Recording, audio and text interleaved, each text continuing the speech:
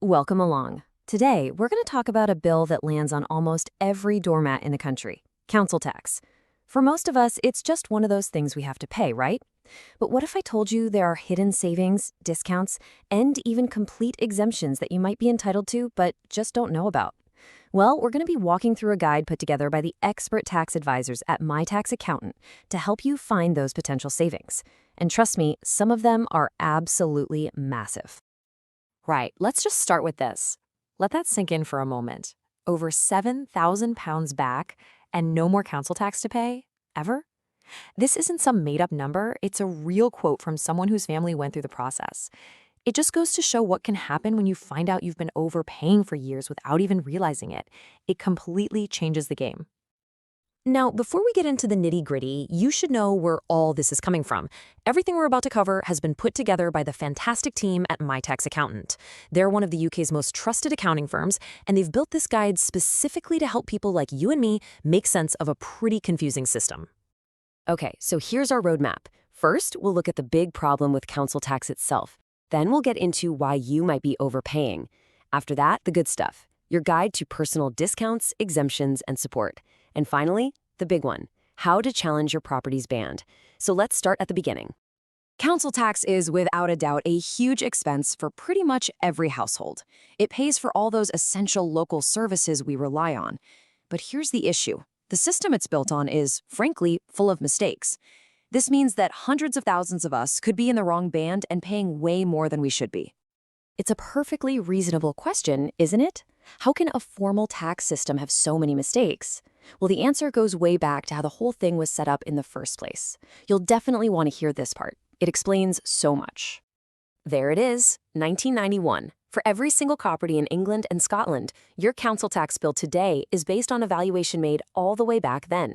Just think about that for a second. Your bill is based on what your home was supposedly worth over 3 decades ago. It's wild. And here's where it gets even crazier. How did they do these valuations back in 91? Well, it was a massive rush job. Stories abound of assessors, they were called valuation officers, literally just driving down streets, glancing at houses, and assigning a band from their car window. They were nicknamed second-gear valuations. It was often pure guesswork, and those guesses, those mistakes, are still affecting our bills today.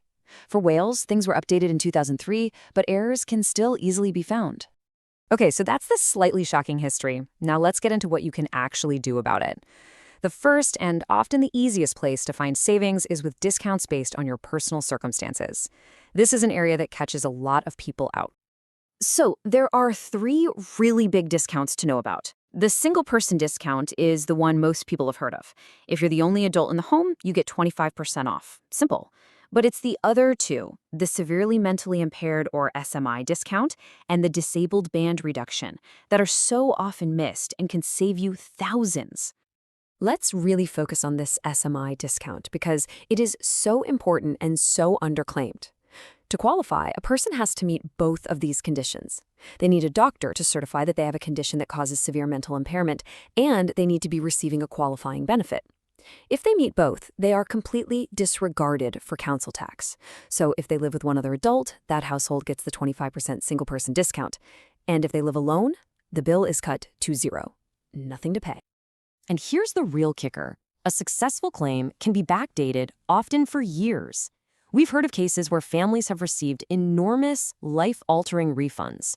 There was one story of a 94-year-old with dementia whose family claimed she got a refund of £15,400 and will never have to pay council tax again. It's about getting back what you've already overpaid. The disabled band reduction is another huge one that so many people don't know exists. The thinking behind it is simple. It's about fairness. You shouldn't be penalized with a higher council tax bill just because a disability means you need more space. So if your home has been adapted for an adult or a child with a disability, maybe you have an extra bathroom or a room specifically for storing medical supplies or just extra space to use a wheelchair, you can apply. Your bill is then recalculated as if your home were in the band below. That can easily save you hundreds of pounds a year. Right. Moving on from discounts, let's talk about situations where a property might be completely exempt from council tax. This is different. This means no bill at all. We'll also cover the really vital support that's out there if you're really struggling to pay what you owe. So some properties are completely exempt. A home where everyone is a full-time student, for example, pays no council tax. A property that's left empty because the person who lived there has had to move into a hospital or a care home is also exempt. This also applies if the property is occupied only by people who qualify as severely mentally impaired. And another one to know is the granny annex exemption. If a dependent relative is living in a self-contained part of your home, that part is usually exempt too. Okay, here's a really important tip. This is a crucial safety net. If you've tried everything else and you're in serious financial trouble, you can ask your counsel for something called a discretionary reduction. Under the law, they have the power to reduce your bill, sometimes down to zero. It's for exceptional circumstances, and they can even use it to help clear old debts if you can show you were struggling back then. It's a vital last resort. Stay with me. This next point is the big one. It affects almost every single homeowner. Challenging your property's band is the single most powerful way to get a permanent reduction on your bill. And you could also get a backdated refund for every single year you've lived in your home. So how on earth do you know if your band is wrong? Well, the first thing you do is the neighbors check. It's dead simple. Go online and check the council tax band of the houses next door. If you live in a row of identical houses and you're in band D, but a few of your neighbors are in band C, well, that's a massive red flag. It's probably the strongest piece of evidence you can have. The second part of your detective work is to figure out what your home was likely worth back on April 1st, 1991. Now, there are free online tools that can help you do this.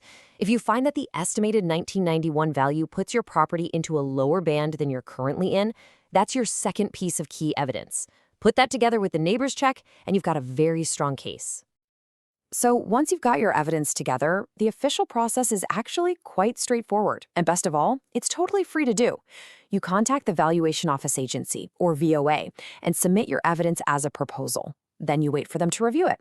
Now, the one really important thing to remember is that you have to keep paying your current council tax bill while you're waiting.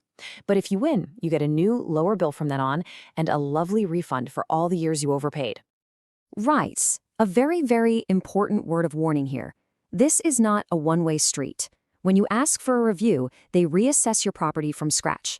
If they discover your home was actually undervalued all this time, your band could go up. This is why you should only ever proceed if you've done your homework and you have strong, clear evidence that your band is too high. Don't do it on a whim. Okay, let's quickly pull all of that together. The key things to remember are, your bill is based on a very old, potentially flawed system. Always check for personal discounts. They are powerful and often missed. Look into exemptions. And if you have solid evidence, don't be afraid to challenge your ban, as it could save you the most money in the long run. And finally, of course, we have to include a quick disclaimer. All the information here is for general guidance. Your own personal and financial situation is unique, so it's absolutely vital that you get tailored advice before you make any decisions. If anything we've talked about today has struck a chord, and you think you might be overpaying, we really do encourage you to get in touch with the expert team at My Tax Accountant. They can give you that personalized advice you need. Their details are right there on the screen. Thank you so much for your time today, and for more guides like this, please do subscribe to the channel.